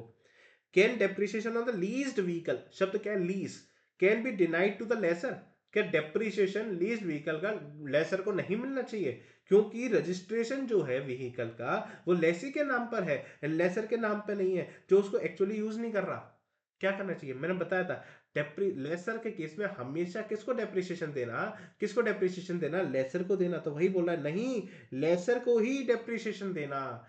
इसमें ट्विन रिक्वायरमेंट है, the ownership and usage, put to use और who is the owner. Okay, both the conditions यहां फुलफिल होती है, तो आपको सिंपल सी बात क्या करनी है? लेसर को ही हमेशा, हर केस में आपको लेसर को ही, आपको क्या देनी पड़ेगी? लेसर को ही देनी पड़ेगी सारी की सारी डेप्रिसिएशन। लेसी क्लेम नहीं कर सकता। अच्छा एक बात बताओ, मैंने बेनिफिशियल ओनर बताया था कि नहीं बताया था? Registration of the name under the registration act is not a determinative of ownership. किसके नाम पे वो प्रॉपर्टी है ये मैटर नहीं करता। Beneficial owner is important, beneficial owner जो होगा उसी को डेप्रिसिएशन मिलेगा। बोलो ना, क्या आपको मैसूर मिनरल्स लिमिटेड का केस भी आपको समझ आता है? बहुत इजी है, दोनों सारी की सारी बातें मैं आप लोगों के साथ एक डिस्कशन में कर चुका हूं। हाँ, डेप्रिसिएशन किस तरह से कैलकुलेट होगा उसकी बात कर लेता हूं। Depreciation under the WDV method क्या कहता है? आप लोगों ने देखो बचपन याद करो, ये सब बातें भूल जाओ, बचपन की बातें याद करो। कहता है ओपनिंग, ओपनिंग स्टॉक होता था, जिसमें आप परचेजेस ऐड करते थे, जिसमें से आप सेल्स माइनस करते थे, तो आपके पास कुछ क्लोजिंग स्टॉक बचता था, जिसमें से क्लोजिंग स्टॉक हो या फिर क्लोजिंग प्रॉपर्टी हो, क्लोजिंग बिल्डिंग कुछ भी हो, उसमें फिर आप फाइनल, ये तो ग्रॉस क्लोजिंग अमाउंट आता था, इसमें से डेप्रिसिएशन माइनस करते थे, तो नेट क्लोजिंग अमाउंट आ जाता था आपके पास, नेट क्लोजिंग अमाउंट आता था। बस यही वाली बात यहाँ लिखी है। देखो क्या लिखी है, आपके पास कुछ ओपनिंग, कोई एसेट का ओपनिंग है, ये ब्लॉक क्या है, थोड़ी जस्ट आज ही देखेंगे, अभी थोड़ी देर बाद बस। ठीक है, ओपनिंग कुछ है, उसमें आपने जो इस साल एक्वायर किया है वो जोड़ दो, यानी कि परचेजेस जो आपका गया थ्रू नॉर्मल सेल या फिर स्लम सेल, किसी भी तरीके से गया, सेल्स माइनस कर दो। ठीक है ना, बचा क्या, डब्ल्यू बचा, जिसमें से कि आप डेप्रिसिएशन माइनस कर दोगे तो क्लोजिंग डब्ल्यू आ जाएगा, वही नेट क्लोजिंग अमाउंट। ठीक है ना। बट सर ये क्या लिखा हुआ है, ये क्या लिखा है, अरे बस सिर्फ उसको बाइफरकेट करके दिया हुआ है, सिर्फ बाइफरकेट करके दिया हुआ है कि जो आपने एसेट एक्वायर किया ना, उसमें से आपने 180 डेज या उससे ज्यादा कितना कौन सा इस्तेमाल किए, उससे कम कितने इस्तेमाल किए, और ऐसे कौन से जो आपने इस साल इस्तेमाल ही नहीं किए, तो उसका बाइफरकेशन दिया है। क्यों दिया है, क्योंकि उसी के बेसिस से पता चलेगा ना कि इसको कितना डेप्रिसिएशन लगाना है। समझे। हाँ जी। अब मैं ऐसे ना मनी पेबल के ऊपर मैं कुछ अभी बातें करूंगा 2 मिनट बाद, थोड़ा सा नीचे, पर याद रखना ये क्या है, selling price of the asset. मैं मनी पेबल को क्या बोल रहा हूँ, selling price of the asset means क्या है, चाहे वो एसेट डिस्कार्ड हो गया हो, एक कोने में पड़ा हो, या डिस्ट्रॉय हो गया हो, मैंने उसको क्या किया, स्क्रैप में बेच दिया, जो मुझे पैसा मिला ना, एक्चुअली जो मुझे पैसा मिल रहा है वो मनी पेबल है, यानी कि सेलिंग प्राइस, वो मनी पेबल है, यानी कि सेलिंग प्राइस, मैं उसको माइनस करूंगा। एक्चुअल जो मिला ना वो माइनस करूंगा। चाहे मुझे इंश्योरेंस प्रीमियम मिला, वो डिस्कार्ड हो, मतलब वो डिस्ट्रॉय हो गया था, आग लग गई थी, डिस्ट्रॉय हो गया था, उसका मेरे को इंश्योरेंस प्रीमियम, इंश्योरेंस अमाउंट मिला, वो भी क्या मिल लिए, पैसा मिला ना, मुझे पैसा मिला, यानी कि मेरी सेलिंग प्राइस है एक तरह से, तो वो मेरे को यहाँ पे माइनस करनी पड़ेगी। दूसरी बात, सेलिंग प्राइस लिखी है, फेयर मार्केट वैल्यू से मुझे कोई मतलब है क्या, कोई मतलब नहीं है। जो मुझे एक्चुअली में मिला ना, मैं वहां मैं वो माइनस करूंगा, मुझे उससे कोई मतलब नहीं, इसकी फेयर मार्केट वैल्यू क्या है। इतनी बातें आप लोगों को अभी तक क्लियर होती है क्या, मैं आगे बढ़ूं। ठीक है, इस पर थोड़ी सी, ये सारी बातें जो मैंने बताई वो सब लिखी हुई है, एक बार आप लोगों को पढ़ा दूंगा। अभी मैं आगे बढ़ूं क्या। जी हाँ, रेट्स ऑफ डेप्रिसिएशन की मैं बात करूंगा। अब रेट्स ऑफ डेप्रिसिएशन बहुत इंपॉर्टेंट चीज है, इसको पढ़ लो, उसके बाद तो सारी चीजें 5 मिनट की हैं, फिर मैं 5 मिनट में सब कुछ वाइंड अप करा दूंगा आपको। ठीक है, आ जाओ, रेट्स ऑफ डेप्रिसिएशन की बात करते हैं। पहले है नॉर्मल बिल्डिंग की बात करेंगे, जिसमें रोड्स, ब्रिजेस, वेल्स, ट्यूबवेल सब आ जाती है। अगर आप रेसिडेंशियल पर्पस के लिए यूज करते हो तो 5% का आप डेप्रिसिएशन क्लेम कर सकते हो। पर देखो रेसिडेंशियल यूज में ना होटल्स नहीं आते। आपको लगता है होटल्स वाले घर ही तो दे रहे हैं रहने को, अरे भाई वो घर दे रहे हैं, पर होटल का बिजनेस है, वो होटल का वो घर देना बिजनेस है, वो कमर्शियल पर्पस है। चाहे वो रहने की जगह दे रहे हैं, पर वो उसका ऑब्जेक्टिव क्या, उस एसएससी का कमर्शियल यूज करना ना, तो इसलिए होटल को रेसिडेंशियल यूज में नहीं लिया गया। समझे क्या। तो रेसिडेंशियल यूज के लिए 5% का डेप्रिसिएशन है, और अदर यूज कोई भी है, अदर यूज, तो वो 10% में माना जाएगा। और अगर टेम्पररी और वुडन स्ट्रक्चर है, यानी कि सपोज करो ना, ये मेरी, मैं जिस सोसाइटी में रहता हूँ वो जब सोसाइटी बन रही होगी, ठीक है ना, उसमें जो लेबर ने काम किया होगा तो उन्होंने कुछ अपने टेम्पररी स्ट्रक्चर बनाए होंगे जहां वो रात में रुकते होंगे। हाँ जी। अब उस टेम्पररी स्ट्रक्चर की लाइफ क्या है, 2 साल 3 साल, जब तक ये पूरी बिल्डिंग बन रही है, जब तक ये सोसाइटी बन रही है, उसके बाद वो उसको डिमोलिश करेंगे और चले जाएंगे। ठीक है ना, तो ये टेम्पररी स्ट्रक्चर को हमने जो बनाया उसकी साली, उसकी लाइफ ही क्या, 2 से 3 साल ज्यादा से ज्यादा। सरकार भी कहती है अगर उनकी लाइफ ही 2 से 3 साल है तो इन्हें जल्दी जल्दी डेप्रिशिएट करके अपनी बुक से हटाओ। तो सरकार कहती है इस पर हम 40% के डेप्रिसिएशन देंगे, कि जल्दी जल्दी से इसको डिप्रिशिएट करो, हटाओ, क्योंकि इसकी लाइफ ही 2 3 साल है मैक्सिमम। समझे क्या। तीन चीज समझ आई क्या, बिल्डिंग में रेसिडेंशियल यूज 5%, नॉर्मल यूज यानी कि अदर यूज रेसिडेंशियल के अलावा कितना परसेंट होता है, 10%, और अगर टेम्पररी स्ट्रक्चर है या फिर वुडन का स्ट्रक्चर है तो 40%। बिल्डिंग क्लियर हो गया क्या आप लोगों को, इजिली 5 10 40 नॉर्मल क्लियर है। फर्नीचर और फिटिंग्स कुछ होगा, चेयर, टेबल, फर्नीचर वगैरह चीजें, ठीक है, चाहे ये इलेक्ट्रिकल फिटिंग्स हो, फैंस हो, वायर्स हो, स्विचेस हो, कुछ भी हो, फर्नीचर और फिटिंग्स है ना, 10% पर डेप्रिशिएट करना। क्या करना, 10% पर डेप्रिशिएट करना। प्लांट मशीनरी पे 1 मिनट बाद आते हैं। इंटेंजिबल एसेट्स, याद करो, याद करो, याद करो, आ जाओ, आ जाओ ऊपर, आ जाओ, आ जाओ, आ जाओ। यहां मैं जब नॉन कॉम्पीट फीस बता रहा था आपको, यहां मैं जब नॉन कॉम्पीट फीस बता रहा था, तब मैंने आप लोगों को एक बात बताई थी कि इसके लिए तो ये पीजीबीपी इनकम है, पर इसके लिए क्या है, इंटेंजिबल असेट है, जिस पर ये 25% का डेप्रिसिएशन क्लेम करेगा। मैंने बोली थी क्या ये वाली बात, नॉन कॉम्पीट फीस में, और मैंने ये लिखवाई भी थी, आ जाओ कहीं, सेक्शन नंबर 28 में देखो, नॉन कॉम्पीट फीस टैक्सेबल है पीजीपीपी, और जो पेयर है उसके लिए नॉन कॉम्पीट फीस क्या है, इंटेंजिबल एसेट है, जो 25% से डेप्रिशिएट होने वाली है। यानी कि मैंने बहुत पहले ही आपको बता दिया था कि इंटेंजिबल एसेट क्या है, 25% पर डेप्रिशिएट होती है। बट एक बात सुनोगे, इंटेंजिबल एसेट की डेफिनेशन से ना गुडविल को बाहर निकाला हुआ है, यानी कि गुडविल पर कोई भी डेप्रिसिएशन आप क्लेम नहीं कर सकते हो। यही लिखा हुआ है पॉइंट नंबर 3 में कि इंटेंजिबल एसेट में know how, patent, copyright, trademark, licence, franchise और किसी भी तरह का कॉम्बिनेशन और कमर्शियल राइट आता है या फिर similar nature, but other than goodwill, यानी कि गुडविल नहीं आती, यानी कि गुडविल पर कोई, अगर गुडविल इंटेंजिबल एसेट की डेफिनेशन से ही बाहर है, यानी कि उस पर डेप्रिसिएशन भी नहीं मिलने वाला है। क्या आपको पॉइंट नंबर 3 भी आप लोगों को अच्छे से क्लियर हो जाता है? क्या पॉइंट नंबर 3 भी, which is other than goodwill of the business of profession, यानी कि इस पर आपको नहीं मिलने वाला कोई भी डेप्रिसिएशन। अंडरस्टूड? डिप्रिसिएशन एक तो क्लेम करना है मैंडेटरी, करना ही करना पड़ेगा, कोई आपके पास ऑप्शन नहीं है। तो आप लोगों को फर्स्ट क्लियर, सेकंड क्लियर और फोर्थ क्लियर। फर्स्ट में क्या है? Building, residential use 5%, other use के लिए 10%, टेम्पररी स्ट्रक्चर है तो 40%। बिल्डिंग के केस में क्या, सॉरी फर्नीचर और फिटिंग के केस में क्या है? 10%। और इंटेंजिबल एसेट के केस में क्या है? 25%। ये वाली बातें आप लोगों को याद है, समझ आती है? आ जाओ, अब आएंगे हम प्लांट एंड मशीनरी के केस में। किसके केस में? Plant and machinery. इसमें पता है जनरल रेट क्या दिया हुआ है? जनरल रेट क्या है? 15% का। जनरली प्लांट एंड मशीनरी जो है 15% से डिप्रिशिएट होती है। ठीक है, अभी ये दोनों पॉइंट को होल्ड पर डालो, पढ़ाऊंगा इसके बाद। जनरली किस पर होती है? 15% पर होती है। अब जैसे पर देखो 15% में भी, उसके अलावा बस देखो शिप है, वेसल और स्पीड पोस्ट है, स्पीड बोट है। ये सिर्फ एक ही ऐसी एसेट है, एक ही ऐसी प्लांट एंड मशीनरी है जो 20% पर डेप्रिशिएट होती है। पूरे के पूरे डेप्रिसिएशन रेट में सिर्फ एक ही चीज है जो 20% पर डेप्रिशिएट होती है, वो है शिप, वेसल और स्पीड बोट। ठीक है ना? ओके। अगर कोई विंडमिल या फिर उसका इक्विपमेंट है जो इंस्टॉल हुआ है 1/4/2014 से पहले, 1/4/2014 से पहले, 1/4/2014 को भी नहीं, अप टू 31 मार्च 2014 तक हो गया, तो 15% है। तो 15% है। अच्छा, ऑयल वेल्स होते हैं या फिर other plant machinery, other plant machinery बोल दिया, यानी कि जनरली 15% बोल दिया।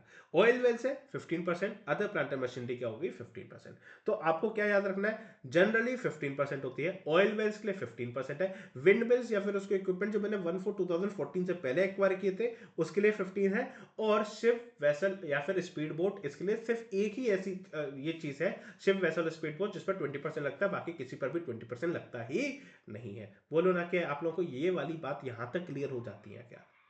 प्लांट एंड मशीनरी पर रेट क्लियर होते हैं क्या? ऑयल वेल्स पर 15%, विंड मिल्स जो 1/4/2014 से पहले एक्वायर की 15%, शिप वाले केसेस में शिप या फिर वेसल या फिर स्पीड बोट, इस पर 20% लगता है, बाकी सारी इस प्लांट मशीनरी पर 15% लगता है।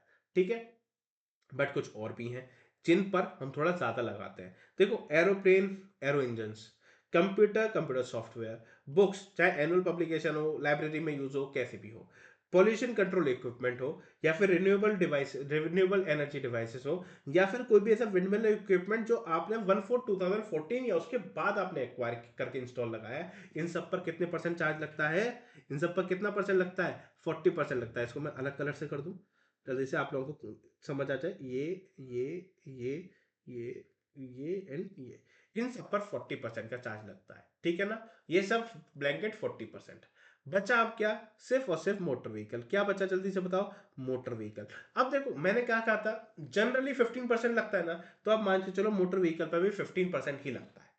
मान के चलो मोटर व्हीकल पर भी क्या लगता है? 15%। बट अगर आपका काम है कि मोटर व्हीकल को आप हायर पर देकर काम करवाते हो, यानी कि आप ओला उबर वाले जैसे काम करवाते हो, आपका बिजनेस ही क्या है? उसको हायर पर चलाना। आप बसेस चलाते हो, आप टैक्सी चलाते हो, आपके मोटर व्हीकल जो है ना वो हायर बिजनेस में इस्तेमाल होता है, यानी कि आप उसको ज्यादा इस्तेमाल करने वाले हो। ज्यादा इस्तेमाल करने वाले हो तो उसकी लाइफ कर होने वाली है, कम होने वाली है, ज्यादा समय वो नहीं चल पाएगी तो उसकी लाइफ हो जाएगी कम। अगर उसकी लाइफ ही कम हो रही है तो हमें डेप्रिसिएशन ज्यादा देना चाहिए कि नहीं देना चाहिए?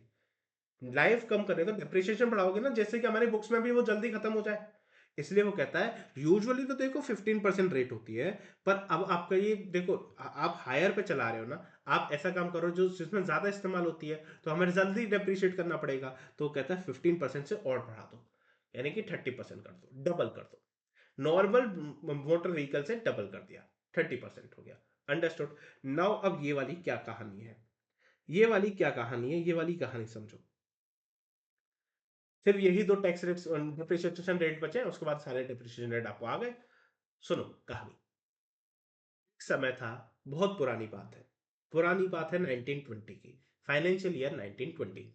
इस समय बहुत दुखद चीजें चल रही थी, हमारी इकोनॉमी बहुत डाउन जा रही थी, और उसमें था एक sector that is the automobile sector. जिसका तो लाइक बंटाधार हो चुका था, कोई खरीदने को तैयार नहीं था ऑटोमोबाइल, और बहुत ड्रास्टिकली वो नीचे जा रहा था इन द फाइनेंशियल ईयर 1920। और इस कहानी की वास्तविकता से 100% कनेक्शन है, 100% कनेक्शन है, तो सुन लो। ठीक है, कोई मतलब कोई मनगढ़ंत कहानी नहीं सुना रहा हूँ, रियल सुना रहा हूँ। फाइनेंशियल ईयर 1920 की बात है। इसमें ऑटोमोबाइल सेक्टर बहुत बुरा परफॉर्म कर रहा था, और हमारी हमारी जीडीपी भी बहुत कम हो रही थी, मैन्युफैक्चर नहीं हो पा रहे थे। उसका मेजर मेजर रीजन पता लगाया कि हमारी जीडीपी कम जाने का मेजर रीजन क्या है, कि ऑटोमोबाइल सेक्टर इतना अच्छा से परफॉर्म नहीं कर रहा है। तो ऑटोमोबाइल सेक्टर को थोड़ा सा बूस्ट देना था सरकार को।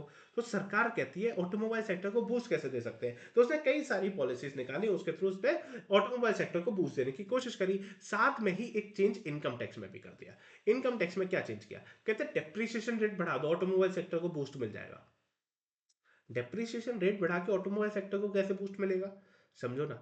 मेरे जैसे लोग, आपके जैसे लोग, अगर डेप्रिसिएशन रेट बढ़ गया तो हम कहेंगे अच्छा सरकार कह रही अब आप क्या करो, ऑटोमोबाइल खरीदो, हम आपको ज्यादा डेप्रिसिएशन देंगे। यानी कि अगर मैंने ऑटोमोबाइल सेक्टर में से कोई मोटर व्हीकल वगैरह खरीदा, ठीक है, अगर मैंने कोई मोटर व्हीकल खरीद लिया, तो अब मैं उसमें पहले 15% था डेप्रीशिएशन या 30%, अब मैं उसमें ज्यादा डेप्रीशिएशन चार्ज कर सकता हूँ क्या? हाँ जी, अब मैं ज्यादा डेप्रीशिएशन चार्ज करूंगा तो मेरा प्रॉफिट क्या हो जाएगा, कम। अगर मेरा प्रॉफिट कम हो गया तो मैं कम रेट पर टैक्स दूंगा कि नहीं, मतलब कम टैक्स दूंगा कि नहीं दूंगा। हाँ जी, तो यानी कि मोटर व्हीकल के डेप्रीशिएशन रेट बढ़ाने से मेरा फायदा होगा कि नहीं होगा, जल्दी से बताओ। मैं जो मोटर व्हीकल अगर मैं कुछ समय बाद खरीदने की सोच रहा था, मैं आज खरीदने की सोचूंगा कि नहीं सोचूंगा? सोचूंगा। सरकार कहती है सुनो, हम अनाउंसमेंट लेकर आ रहे हैं, और सरकार कहती है जो भी 23 अगस्त 2019 से लेकर 31 मार्च 2020 तक अपने मोटर व्हीकल को खरीदेगा, एक्वायर करके पुट टू यूज करेगा, खरीद के रखना नहीं है, खरीद के इस्तेमाल भी करना शुरू कर दो। कब से? क्योंकि पुट जब तक डेप्रिसिएशन कम मिलता है, पुट टू यूज पर ही तो मिलता है। तो 23 अगस्त से लेकर 31 मार्च तक, इसके बीच में जो कुछ समय का टाइम पीरियड है, इसमें आपने एक्वायर करके पुट टू यूज भी कर लिया, तो हम एडिशनल 15% का आपको डेप्रिसिएशन देंगे। यानी कि अगर आपका पहले 15% की रेट पर था तो अब 30 हो जाएगा, और पहले 30 था तो अब आपका 45 हो जाएगा। ठीक है, 15% एडिशनल हो गया। पर ये क्या है, ये टाइम पीरियड है सर। सबसे बड़ी इंपॉर्टेंट दिक्कत ही तो ये है कि 23 अगस्त हमें याद नहीं रहता है, बार बार भूल जाते हैं। 23 अगस्त 19 टू 31 मार्च 2020, चलो सर वो तो समझ जाएंगे कि 19 याद आ गया तो चलो ईयर एंड करना है, बस हमें 30 पे जाना है, बस सर 31 मार्च 20 पे जाना है, ईयर एंड करना है। भाई 23 अगस्त कैसे याद रहेगा? देखो आज़ादी कब मिली थी हमारे को, 15 अगस्त को। बस ये पॉइंट की जगह ना प्लस लगा दो, 15 + 8 = 23, याद हो जाएगा। ठीक है, 23 अगस्त 2019। ठीक है, बहुत गंदा मेथड था पर याद कर लेना। ठीक है, यही मेथड से याद कर लेना, आसानी से हो जाएगा। बोलो ना। बट मुझे पता है इसमें एक बात और करनी है आप लोगों से, एक क्या इंपॉर्टेंट नहीं, मुझे आपसे वैसे कहूंगा तो मुझे इस पर भी थोड़ी सी बात करनी है, और इस पर तो मुझे करनी ही करनी है। पता है 23 अगस्त 2019 से ये बात करी थी, और ये अनाउंसमेंट कुछ वो 2-3 दिन पहले लेकर आए थे। ठीक है, बट जब निर्मला सीतारमन जी ने आके ये अनाउंसमेंट करी थी ना, तब एक बात मेरी ध्यान से सुनना। तब पार्लियामेंट ना एक्टिव नहीं थी, पार्लियामेंट के दोनों हाउसेस एक्टिव नहीं थे। आप जानते हो ना पार्लियामेंट के दोनों हाउसेस 3-4 बार ही मिलते हैं बस पूरे साल में।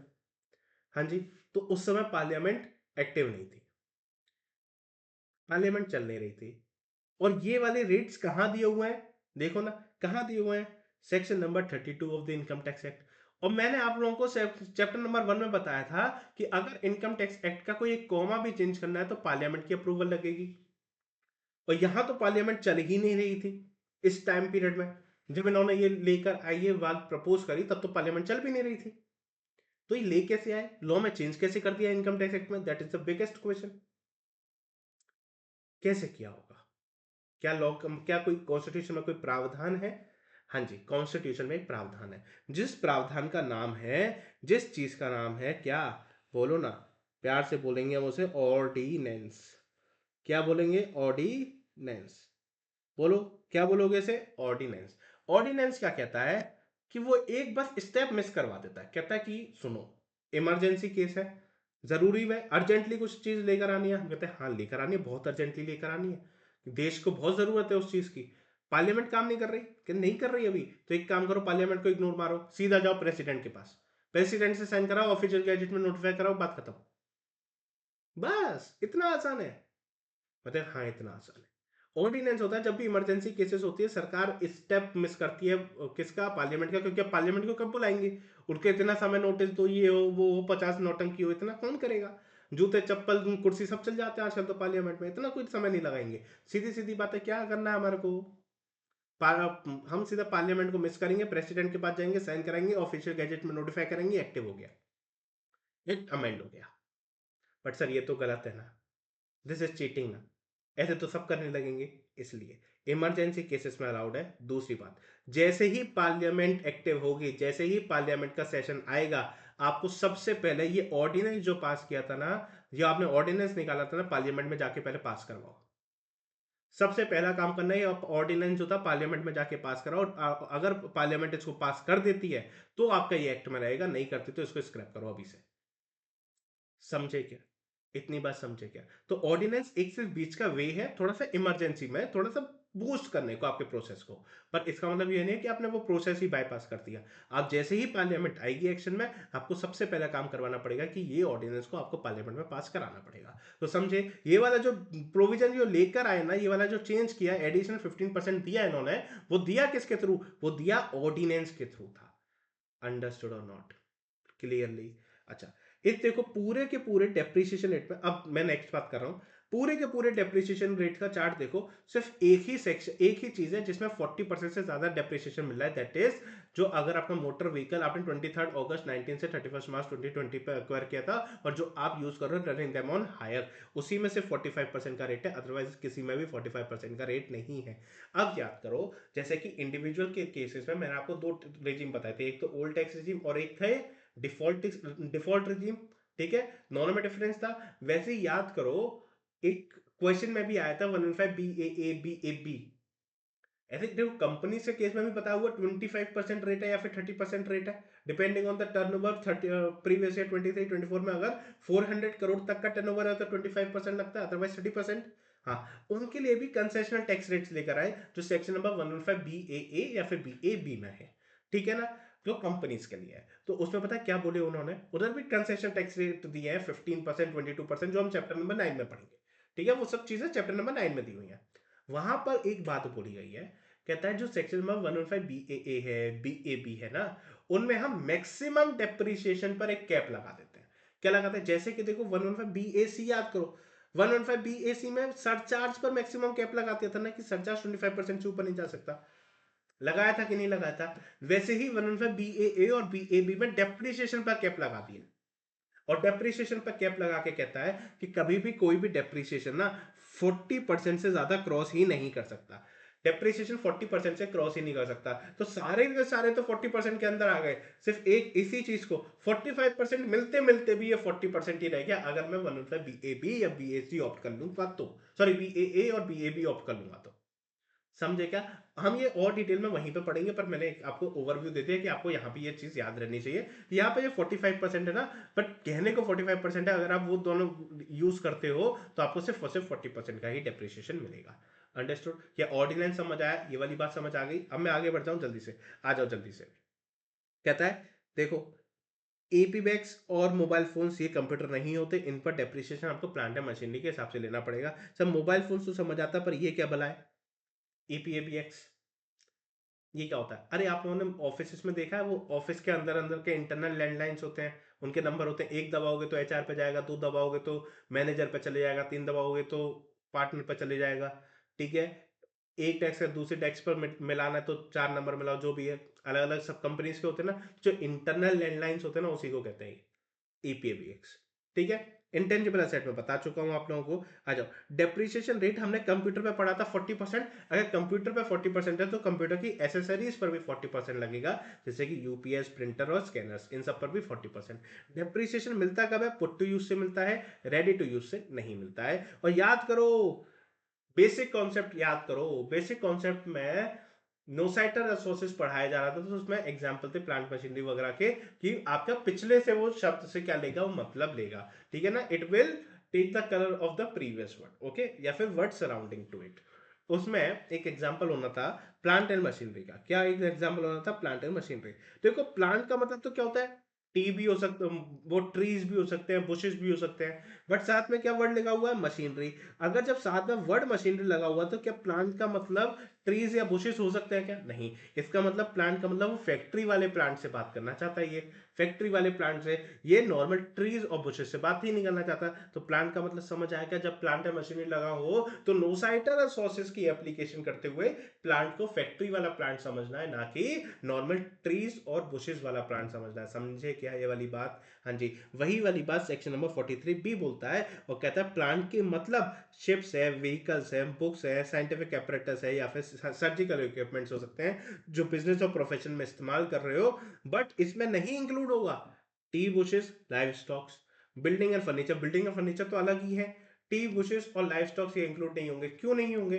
क्योंकि नो साइटर सोर्सेस, रूल्स ऑफ इंटरप्रिटेशन याद करो। समझे क्या? इंटरलिंकिंग हो रही है क्या फर्स्ट चैप्टर की अच्छे से आप लोगों को? मैंने कई जगहों पर आप लोगों को इंटरलिंकिंग कराई फर्स्ट चैप्टर की। समझ आ रहा है क्या?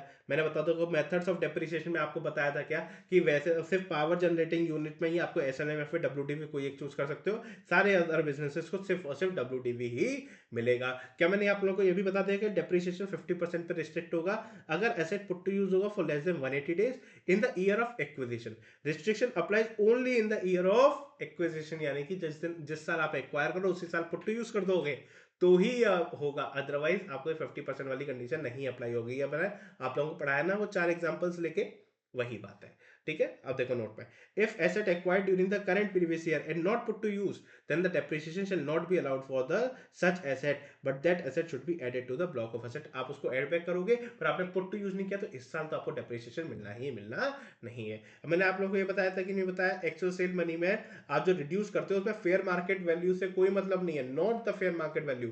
जो पैसा आपको एक्चुअली मिला, एक्चुअल सेल प्राइस है, वही माइनस हो सकती है बस। ठीक है, देखो मनी पेबल्स भी मैं बता चुका हूं कि कोई सेल प्राइस है या फिर इंश्योरेंस कॉम्पनसेशन है जो आपको एसेट सोल्ड करने में, डिस्कार्ड करने में, डिमोलिश करने में, डिस्ट्रॉय करने में मिला ड्यूरिंग द प्रीवियस ईयर, या फिर कोई भी अमाउंट ऑफ स्क्रैप वैल्यू है वो माइनस करोगे आप इस मनी पेबल में। ये सारी बात पे आप लोगों को साथ ऑलरेडी कर चुका हूं कि नहीं कर चुका। ये वाला प्रोविजन जो है ना इसको हम पढ़ेंगे एट द लास्ट, बिल्कुल लास्ट में।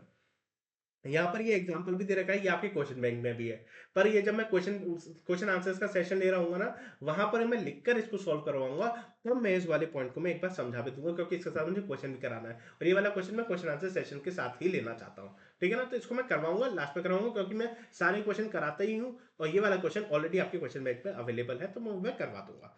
ठीक है, आ जाओ। अब मैं सिर्फ एडिशनल नोट्स की बात कर लेता हूँ कुछ डेप्रिसिएशन से रिलेटेड, तब आज का सेशन हम बंद करेंगे और एडिशनल डेप्रिसिएशन हम कल बात करेंगे। अभी एडिशनल नोट्स की बात कर रहा हूं, एडिशनल डेप्रिसिएशन की नहीं। Okay, understood. एडिशनल डेप्रिसिएशन कल से शुरू करेंगे। कहता है ब्लॉक ऑफ एसेट का मतलब होता है same class of asset with same depreciation rate. मतलब क्या होता है, हम कंपनी सेट की तरह ऐसा नहीं है हर एक एक एसेट पर अलग अलग तरह से डेप्रिसिएशन लगा रहे हैं। इसने बोला ना कि रेसिडेंशियल यूज वाली बिल्डिंग, इसने बोल दिया ना कि रेसिडेंशियल यूज वाली बिल्डिंग पर 5% डेप्रिसिएशन लगना है। हाँ जी, मेरे पास ऐसी 10 बिल्डिंग है, तो क्या मैं हर 10 बिल्डिंग पर अलग अलग 5% का डेप्रिसिएशन लगाऊं? कहता नहीं। आपके सारी रेसिडेंशियल यूज की बिल्डिंग है, मैं कहा हाँ। सब पर 5% ही रेट लगता है, मैं कह रहा हूँ हाँ लगता है। तो एक काम करो, इन सब बिल्डिंग्स को 10 बिल्डिंगों को एक ब्लॉक में डाल दो। अब एक ब्लॉक की कुछ ना कुछ वैल्यू बन गई होगी, जो सब 10 डब्ल्यू जो 10 बिल्डिंग की डब्ल्यू थी, वही इसकी क्या बन गई होगी, डब्ल्यू बन गई होगी। यस। कहता अब इसी एक ब्लॉक पर डेप्रिसिएशन मार दो 5% का। अगर जैसे मैंने एक सिंगल अमाउंट पर भी 5% का डेप्रिसिएशन माना किया, तो क्या ये 10%, 10 की 10 सारी की सारी बिल्डिंग्स पर मेरा 5% का डेप्रिसिएशन लग गया क्या? क्योंकि मैंने सबको ही तो ज्वाइन कर दिया था, सब में ही 5% का डेप्रिसिएशन लग गया एक तरह से। तो यही कहता है कि सेम क्लास ऑफ एसेट हो, सेम डेप्रिसिएशन रेट हो, तो उन सबको एक ब्लॉक में कंबाइन कर देना। अच्छा सपोज करो एक मेरे पास रेसिडेंशियल यूज की बिल्डिंग है, एक मेरे पास कमर्शियल यूज की बिल्डिंग है, इस पर 5% लगता है, इस पर 10% लगता है, क्या मैं इनको क्लब करके एक बॉक्स बना दूं क्या? बिल्कुल नहीं कर सकता। क्यों? पहली बात तो इन पर ना तो क्लास सेम है, क्लास कहोगे तो चलो बिल्डिंग सेम हो गई, पर क्या डेप्रिसिएशन सेम है? नहीं। तो इनको आप क्लब नहीं कर सकते हो। तो जब सेम डेप्रिसिएशन रेट हो और सेम क्लास की एसेट हो, दोनों बिल्डिंग है तो बिल्डिंग ही रहे और डेप्रिसिएशन रेट भी सेम रहे, सिर्फ और सिर्फ आप तभी के तभी आप इसको क्या कर सकते हो, आप इसको ब्लॉक ऑफ एसेट में जोड़ सकते हो। अंडरस्टूड। अच्छा, मैंने आपको बताया था कि अगर मैं 180 डेज से कम इस्तेमाल करता हूँ कोई एसेट को, तो यानी कि मुझे सिर्फ और सिर्फ 50% का डेप्रिसिएशन मिलता है। तो सर जो बैलेंस 50% मिला, जो रह गया मेरा, वो क्या वो अगली साल मैं क्लेम कर लूँ? जी नहीं, अगले साल आपको फिर वो फुल 100% का डेप्रिसिएशन मिलेगा पूरे साल जो आप इस्तेमाल कर रहे हो।